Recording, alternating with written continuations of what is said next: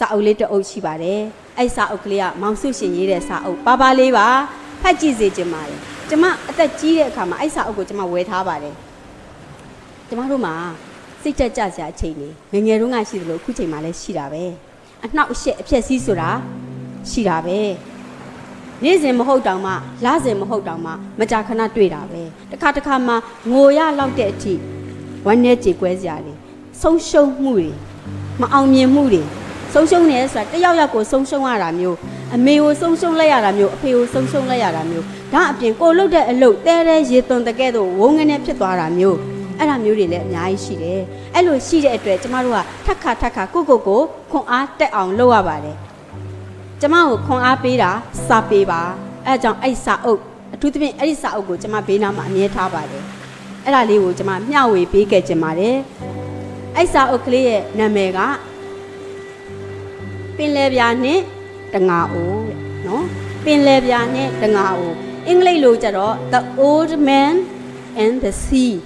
Old Man ဆိုတာလူအိုပေါ့နော်လူအိုနဲ့ the sea ဆိုတာပင်လယ်နော်လူအိုနဲ့ပင်လယ်ပေါ့နော်အဲ့ဒါကိုဆရာမောင်စုရှင်ကဘာသာပြန်လိုက်တဲ့ခါကျတော့ပင်လယ်ပြာနဲ့တငါအိုးတဲ့အဲ့ဒီစာအုပ်ကလေးကပါလေးရဲ့အဲ့ဒီစာအုပ်ဒီကျမအတွက်အခုချိန်မှာစိတ်တက်ကြနေတဲ့သူကိုစိတ်တက်တင်ပေးတဲ့စာအုပ်တင်ပေးတာဘယ်လိုလဲဆိုတော့တချို့စာအုပ်တွေရှိတယ်ကို self esteem မြင့်အောင်လို့နော်ငါလုပ်ရင်ဖြစ်ရမယ်ဆိုတာမျိုးအဲ့လိုမျိုးစာအုပ်တွေလည်းရှိတယ်ဒီစာအုပ်ကအဲ့ဒါမျိုးမဟုတ်ဘူးလောကရန်ကိုနားလည်အောင်လို့သင်ပေးတဲ့စာအုပ်ဇက်လိုက်ကဒီထဲမှာဇက်လိုက်က3ယောက်ပါတယ်3ယောက်တယောက်ကအဖိုးအိုတော်အိုနေပြီအဖိုးအိုနော်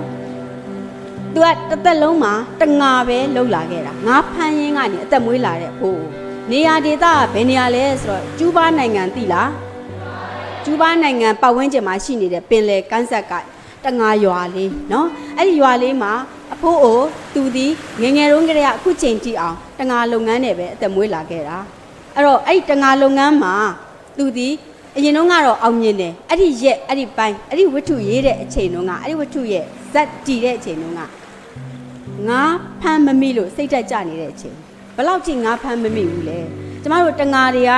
ငါ့ကိုဒီနေ့သွားဖမ်းတယ်။အော်ပင်လယ်သီးစာရောက်သွားရောငါတကောင်းမှမမိပဲနဲ့ပြန်လာခဲ့ရတဲ့ရက်တူရှိတာပဲ။အဲ့ဒီလိုပဲနောက်တစ်ရက်ထပ်သွားတယ်။မိများမိမလား။ပြန်လာတယ်။လုံးဝမမိဘူး။အဲ့ဒီရက်ပေါင်းဘယ်လောက်ထိကြာသလဲဆိုတော့အဲ့ဒီအဖိုးကြီးမမိတာငါမမိပဲနဲ့ဘာမှမပါပဲနဲ့အလွတ်ကြီးပဲပြန်လာခဲ့တာ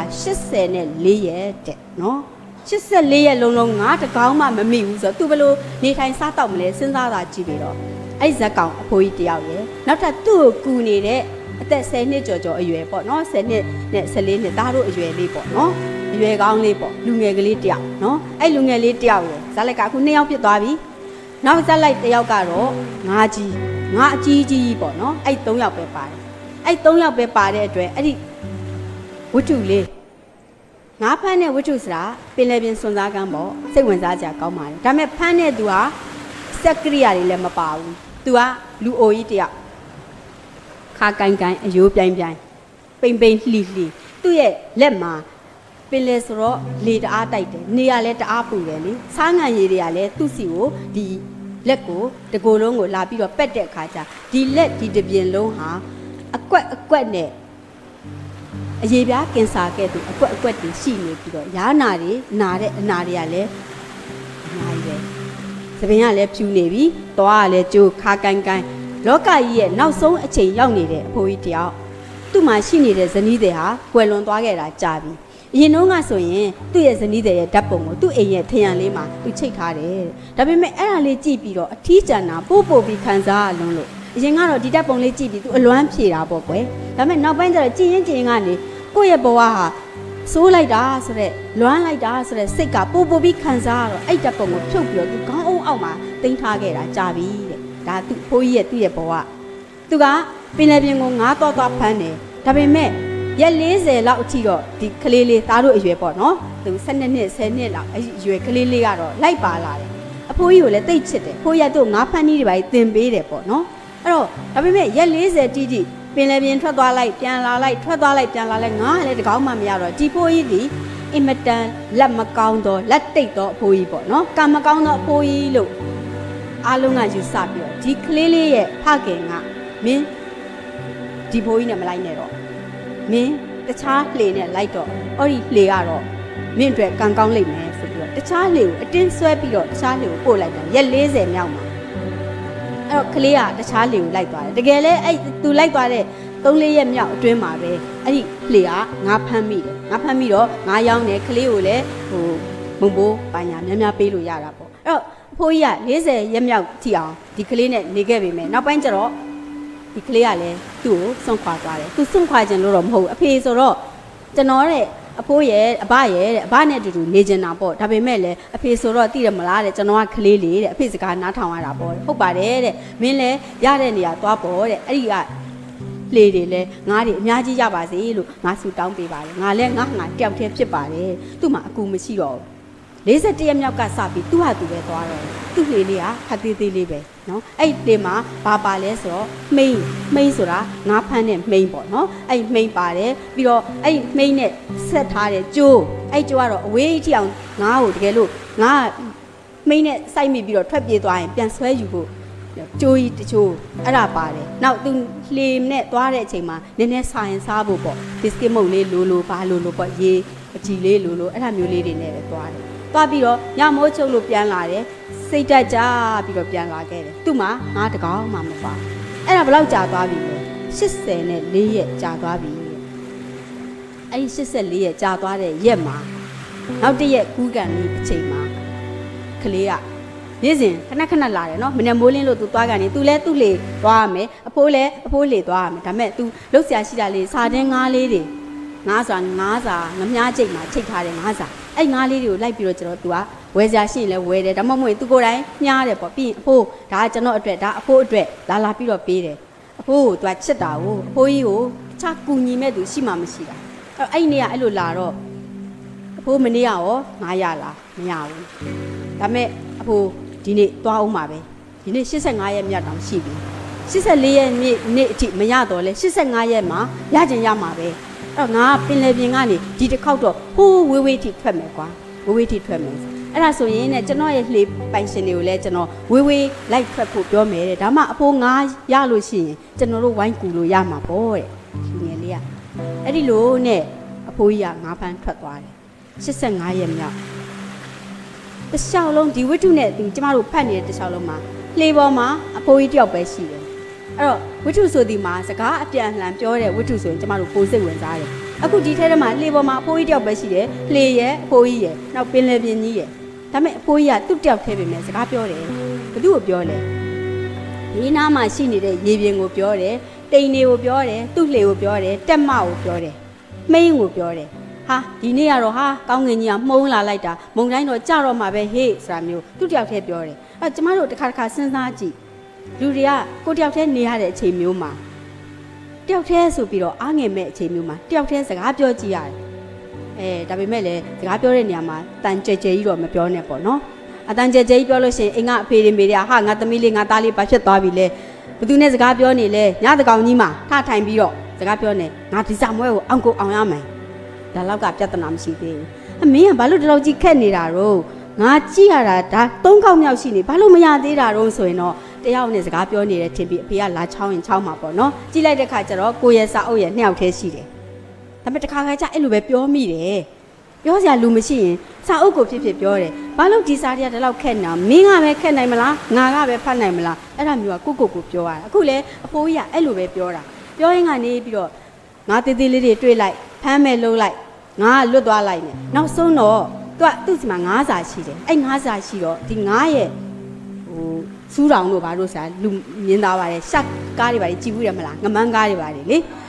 ေငမန်းကားလာတော့မယ်ဆိုဒရိုက်တာကျမတို့အဲ့ငမန်းစူးတောင်လေးပေါ့နော်စူးတောင်လေးကတရရဲ့ကိုယ့်စီကိုပြေးလာနေတာဒါမှမဟုတ်ရင်လည်းနောက်ဘက်ကနေပြီးတော့တရရဲ့ပြေးလာနေတာအဲ့လိုပြေးလာပြီဆိုရင်ကျမတို့ကအောက်ကနေမယိုးမရနဲ့ဟာကောင်မင်းကသာမသိတာနောက်ကမင်းငမန်းလာနေပြီဗျကိုကပြိတ္တကသိတယ်ဇက်ကောင်ကမသိဘူးလေတခါကျဆွဲလို့သာဆွဲလိုက်တယ်ဘိုးငင်းနဲ့သာဆွဲလိုက်တယ်ဇက်ကောင်ကတခါတည်းတန်းလန်းပါသွားကိုကတော့သိတယ်မချစ်မရဲနဲ့ဟုတ်တယ်မလားအဲ့လိုပြိတ္တကစိတ်ဝင်စားအောင်ဒရိုက်တာတွေကပြတတ်တယ်အခုဒီထဲမှာလည်းအဲ့လိုပဲ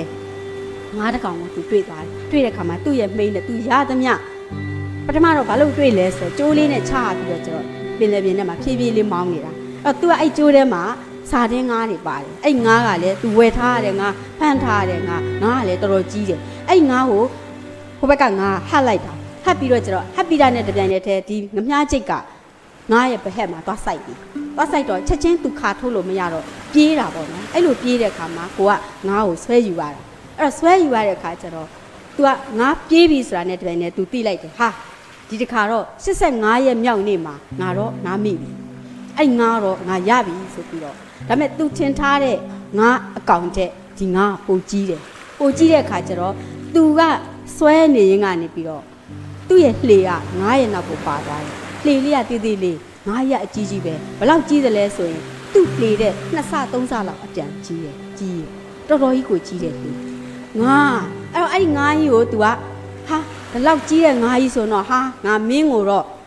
တေးသေးချာချာဖမ်းမှရတော့မယ်ငါကွာဟိုတငယ်လေးအဲ့တငယ်လေးနာမည်တောင်ကျွန်မမေ့သွားပြီမနိုလင်လားပါလားမသိအဲ့ကောင်လေးပါလာရင်ကောင်းပါပဲတစ်ဖက်ကနေဆွဲဟိုကလည်းတစ်ဖက်ဆွဲခုတော့ငါတယောက်တည်းကိစ္စမရှိပါဘူးငါတယောက်တည်းလည်းမင်းကိုမိအောင်ဖမ်းနိုင်ပါတယ်ပေါ့နော်ပြီးတော့လေဦးမှာ तू ကငါ့ကိုဖမ်းသို့တော့ငါကသူ့ကိုပြေးတာမှပြေးရုံနဲ့မကောက်ပတ်ချလဲနေသေးတယ်အဲ့တော့လှေကငါရဲ့နောက်ကိုလိုက်ပါသွားတယ်တွေးကြည့်လိုက်ရင်ပြောင်းမြန်ကြီးနော်ငါ့ကိုဖမ်းနေတဲ့သူကငါရဲ့နောက်ကနေကတော်ကမျောလိုက်နေရတဲ့အဖြစ်ငါကြီးကကြီးလွန်းတော့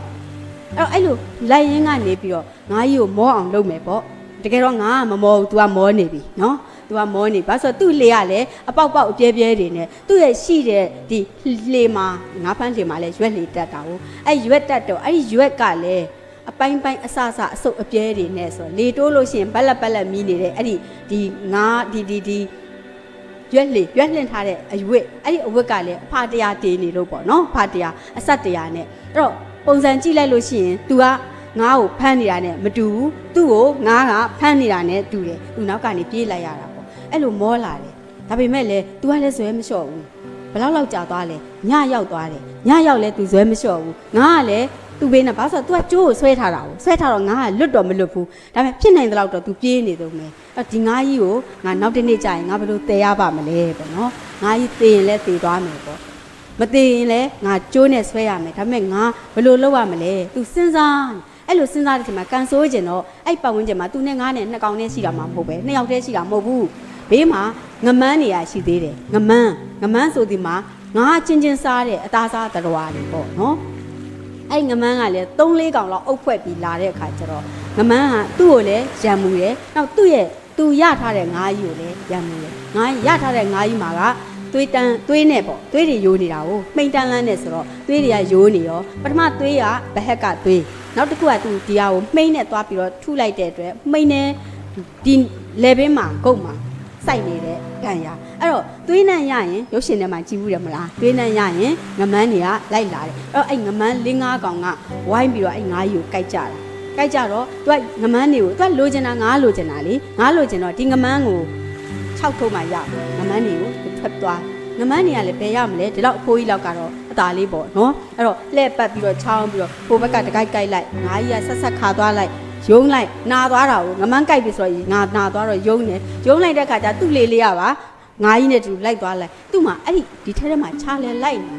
3ရက်လောက်3ညလောက်ကြာသွားပြီးတော့နောက်ဆုံးသူလဲခြေကုန်လက်ပန်းကျကျိုးနဲ့ဆွဲရလွန်းလို့လဲသူ့ရဲ့လက်တွေကပွန်သွေးတွေတန်တွေထွက်သူအလဲပြိုဖြစ်လို့ခေါင်းနေပါတွေကလည်းဒီအောက်မှာဒဏ်ရာတွေနဲ့ရဒါပေမဲ့ तू ကလည်းဇွဲမလျှော့ဘူးငါကြီးကလည်းဇွဲမလျှော့ဘူးနောက်ဆုံးကျတော့ငမန်းတွေကလည်းအဲ့ဒီငါကြီးကိုညတကောင် तू မေးနေအိတ်လိုက်တဲ့အချိန်မှာငမန်းကလာဆွဲသွားလိုက်တစ်ခါ तू ပြန်ထပြီးတော့ငမန်းတွေကိုလှော်တက်နေနောက်ဆုံးအဲ့လှော်တက်ကလေသူ့မှာရှိနေတဲ့တစ်ချောင်းနဲ့တော့လှော်တက်အဲ့တစ်ချောင်းနဲ့တော့လှော်တက်တောင်မှပါသွားတယ်ပါသွားတော့ तू ဘာမှလုပ်လို့မရတော့ဘူးပေါ့နော်ဘာနဲ့ပဲရမလဲလက်နဲ့ပဲရက်ရင်ရက်ရမှာပေါ့နော်အဲ့တော့အဲ့လိုနီးနဲ့နောက်ဆုံးမှာဘာဖြစ်သွားလဲနောက်ဆုံးမှာရှိသမျှငါးကြီးလည်းတည်သွားတာပေါ့နော်ရှိသမျှငါးရဲ့အသားတွေအကုန်လုံးငမန်းနေရအကုန်လုံးစားလိုက်တဲ့အခါမှာပြီး तू ကတပြေးပြေးနဲ့ငါးကြီးကတည်သွားတဲ့ခါကျ तू ဆွဲရတာပိုလွယ်တာပေါ့နော်ပိုလွယ်တော့ငါးကြီးကမပြေးတော့တဲ့အတွက်ငါ့ကို तू ဆွဲလာရင်းနဲ့ကန်းဆက်စီကိုတော့သူတဖြည်းဖြည်းနဲ့လာနေပြီဟိုးအဝေးကြီးကနေကန်းဆက်စီကိုလာတော့လဲငမန်းနေကနောက်ကနေလာလိုက်သူ6ထုတ်လိုက်ဖက်ပြေးလိုက်ပြန်လာလိုက်နဲ့နောက်ဆုံးတော့ကန်းဆက်နာကိုသူရောက်လာတယ်ရောက်လာတဲ့အခါမှာငါးကြီးကိုကြည့်လိုက်တော့ငါးကြီးကတော့ကြိုးတန်လန်းကြီးနဲ့တော့ပါလာပါရဲ့မှိန်တန်လန်းကြီးနဲ့ပါလာပါရဲ့ ဒါပေမဲ့လည်းငါမှအသားမရှိတော့ဘူးရှိသမျှအသားတွေအကုန်လုံးကငမန်းစားပြီးသွားပြီသူ့မှာဘာပဲရတော့လဲအယိုးကြီးပဲရတော့ဒါပေမဲ့အဲ့ဒီအယိုးကြီးကိုပဲသူကပြန်တဲလာတယ်သူ့တကိုယ်လုံးလဲဒဏ်ရာတန်ချက်တွေနဲ့သူရောက်လာတယ်ရောက်လာပြီးတော့အဲ့ကျိုးကသူကလှေမှာကျိုးချီထားတာအဲ့ဒီအယိုးကြီးနဲ့ပဲဒီယိုးကြီးကိုသူဘာလို့ရမှာလဲသူလိုချင်တာငားတဲ့အသားတွေဒီအသားတွေကိုတော့ငါမြို့တက်ပြီးရောင်းလိုက်မယ်ပြီးရင်တော့စားသိပ်ထားမယ်ဒါမှမဟုတ်စားတင်းပေါ့စားတင်းစားငါးတစ်တာပေါ့နော်အဲ့လိုစီတွတ်ဘူးလုံးမယ်ရောင်းလိုက်ရရင်တော့ငါမှပတ်စံနေအများကြီးရမှာပဲဆိုတဲ့စိတ်နဲ့လာခဲ့တော့လဲပဲနောက်ဆုံးမှာဘယ်လောက်ထိ84ရက်တိအောင်သူမရခဲ့တဲ့ငါ85ရက်မှာရတော့လေနောက်3ရက်ကြာလို့ပြန်လာတဲ့ခါမှာငါသည်အယိုးအခွန်တက်တက်ရှိတော့တယ်ဒါပေမဲ့သူအဲ့ဒါကြီးကိုပဲသူစိတ်သက်မကြပဲနဲ့ဒီတိုင်းပဲတည်လာတယ်အိမ်သားရောက်တော့ तू မနိုင်ဘူးဒီအယိုးကြီးတောင် तू မနိုင်ဘူးအဲ့တော့လူတွေကို तू ခေါ်ရမယ်ဒါပေမဲ့လူတွေကသူ့ကိုဟာတလောက်ကြမယ်ဟာခင်ဗျာငါသွားဖမ်းတာဆိုငါယိုးကြီးဖမ်းလာတာပါလားလို့ဒါပေမဲ့ तू အဲ့ဒါကိုလည်း तू စိတ်မပြတ်ဘူးပင်ပန်းလွန်းလို့ငါယူထားခဲ့ပြီးတော့ကဲပါလေးဘာပဲဖြစ်နောက်ဆုံးတော့ငါကြီးကိုဒီအိမ်တော့အယိုးကြီးပဲတော့ငါပယ်လာနိုင်သေးတယ်ဆိုတရွေ့ရွေ့နဲ့သွားပြီးသူ့ရဲ့တဲဘောကိုရောက်တဲ့အခါခေါင်းနဲ့ထိလိုက်တာနဲ့တခါတည်းသူအိပ်ပျော်သွားတညာလုံးပေါ့နောက်ဒီနေ့မနေ့မိုးလင်းတဲ့အခါကျတော့ရွာသူရွာသားတွေကသူ့နားမှာလာကြတယ်နောက်ဆက်သွားလူငယ်လေးကလည်းသူ့နားမှာလာပြီးအဘညတော့ငါအကြီးကြီးမိခဲ့တာဆိုသူထထိုင်ရတယ်ထထိုင်ပြီးလူတွေကလည်းအဲ့ဒီမှာရွာသူရွာသားတွေကလုံးဝစိတ်ဝင်စားသွားပြီးတော့အဘမိလာတဲ့ငါးကြီးဆိုပြီးတော့သွားကြည့်တော့အယိုးကြီးပေါ့ဒါပေမဲ့အဲ့ဒီအယိုးကြီးကိုပဲသူကတိုင်းကြည့်ကြတယ်တိုင်းကြည့်ကြတဲ့ခါကျသူ့လေရဲ့3စားလောက်ရှိနေတာကိုအားလုံးပေါင်းလိုက်တဲ့ခါကျကျမမှတ်မိသလောက်ဆိုရင်ပေ20လောက်ရှိမှာပေါ့နော်အဲ့တော့ငါအကြီးကြီးအဲ့လောက်ငါအကြီးကြီးကိုဒီလောက်ကြီးကိုဒီအဖိုးကြီးတယောက်တည်းဘယ်လိုနီးနဲ့များဒီကိုအရောက်သေးလာပါလေအမှသတင်းစာတွေကနေသူ့ကိုဟိုဒီသတင်းမီဒီယာတွေလည်းရောက်လာကြတာပေါ့နော်ရောက်လာပြီးတော့အမှတစ်ဖက်ဆိုင်မှာလည်းသူ့အကြောင်းပြောနေကြတယ်အဲ့ချိန်မှာအဖိုးကြီးကတော့အိပ်ပြောနေတယ်ငါကြီးကိုသူမိလာခဲ့ပြီဒါပေမဲ့သူ့အိမ်မက်ထဲမှာသူဘာတွေမဲ့နေလဲဆိုတော့သူငယ်ဘဝတုန်းကနေရောင်တောက်အောက်မှာသူဆော့ပြေးကစားတဲ့အချိန်လေးတွေကိုသူတတိယပြီးတော့အောက်မေ့တန်းတာနေတယ်ဇလန်းလေးကအဲ့ဒါပဲဇလန်းမှဆိုရင်ဒါဟာအောင်မြင်မှုလို့ပြောမလားဆုံးရှုံးမှုလို့ပြောမလားအောင်မြင်မှုလို့ပြောမယ်ဒါပေမဲ့ဆုံးရှုံးမှုလို့လည်းပြောလို့ရနိုင်တယ်သူလိုချင်တာငါအရှင်သို့မဟုတ်ငါအသားရခဲ့တာကငါအယိုးကြီးကို तू ဘာလုပ်လို့ရမှာလဲဒါပေမဲ့ငါအယိုးကြီးပဲဖြစ် तू ရခဲ့တယ်ဘယ်ချိန်မှရတာလဲ84ရက်မြောက်ကြာဆုံးပြီးကမှ85ရက်မြောက်မှရခဲ့တယ်ရတော့လေရပြီဆိုပြီးတော့အောင်မြင်လို့မရသေးဘူးသူ့မှာအခက်အခဲပေါင်းများစွာတယ်အဲ့တော့ကျမဒါလေးကိုဖတ်ပြီးတော့ကိုယ်စိတ်ထဲမှာကိုယ့်ကိုပြန်ပြီးတော့အောင်မေ့စင်ကြင်မိတယ်ဩကျမမှလည်း84ရက်လုံးမရတဲ့ငါးတွေလူကျင်တာတွေပေါ့နော်စီးစိမ်ဥစ္စာပါခြင်းပါမယ်ပညာပါခြင်းပါမယ်ဂုဏ်သိက္ခာပါခြင်းပါမယ်သားတို့ဆိုရင်တော့ပညာပေါ့နော်အဲ့ဒါတွေကိုတစ်ခါကြတော့မလွတ်အပ်ဖဲနဲ့စွန့်လွတ်လိုက်ရတာမျိုးမထင်မှတ်ဖဲနဲ့စွန့်လွတ်လိုက်ရတာမျိုးရှိတယ်ဒါပေမဲ့84ရက်မြောက်မှာသူစွန့်လွတ်လိုက်လို့ရှိရင်85ကိုမရှိလာဘူးဆိုရင်သူ့ဘဝမှာဒီ9ကြီးလည်းရမှာမဟုတ်ဘူးအဲ့တော့ကျမတို့ဒီမသေးမချင်းလှုပ်ရှားရှိတဲ့အလုပ်ကိုလုပ်ရမယ်ဆိုတဲ့အမြင်ဩလောကကြီးမှာငါတဲ့ဆိုးတဲ့ဘဝတွေရှိပါလားအဖိုးကြီးကိုကြည့်ငါမှတစ်ခါငါအသားတစ်ကလေးပါလေးငါဘဝမှာရသေးတယ်ဒီဖိုးကြီးဆိုငါအသားတစ်တောင်မရဘူးဒါပေမဲ့ तू လှုပ်ရှားရှိတာကိုလုပ်တယ်ဆိုတဲ့စိတ်အဲ့လိုမျိုးအတိရအောင်ကျမတို့ကအဲ့ဒီစာတွေကိုအဲ့ဒီလိုဖတ်ရတယ်အဲ့လိုဖတ်တဲ့အခါကျမှကျမတို့ဘဝနေသားထိုင်သားရှိတာမဟုတ်လို့ရှိရင်နေသားထိုင်သားမရှိဘူးလောကကြီးမှာသားတို့သမီးတို့ဒီအများကြီးကြုံရအောင်မှာကောင်းတာတွေလည်းကြုံရမှာဒီကြားထဲမှာကန်ဆိုးရင်စိုးတာလေးတွေကြားညှက်တတ်တယ်ဘာလို့ဆိုတော့လောကကြီးမှာအစိုးနဲ့အကောင်းဆိုတာအတူတူတွန်တွဲနေကြတာအဲ့တော့အကောင်းကိုရတဲ့အချိန်မှာကိုထိန်းနိုင်ရမယ်အစိုးကိုရတဲ့အချိန်မှာလည်းအဲ့ဒီအစိုးကနေပြန်ရုံထွက်ပြီးတော့စိတ်ဓာတ်မကြဘူးလို့တယ်အဲ့လိုနည်းနဲ့ကျမတို့ကစာအုပ်တွေအများကြီးဖတ်ပြီးတော့ကိုအားမွေးရပါတယ်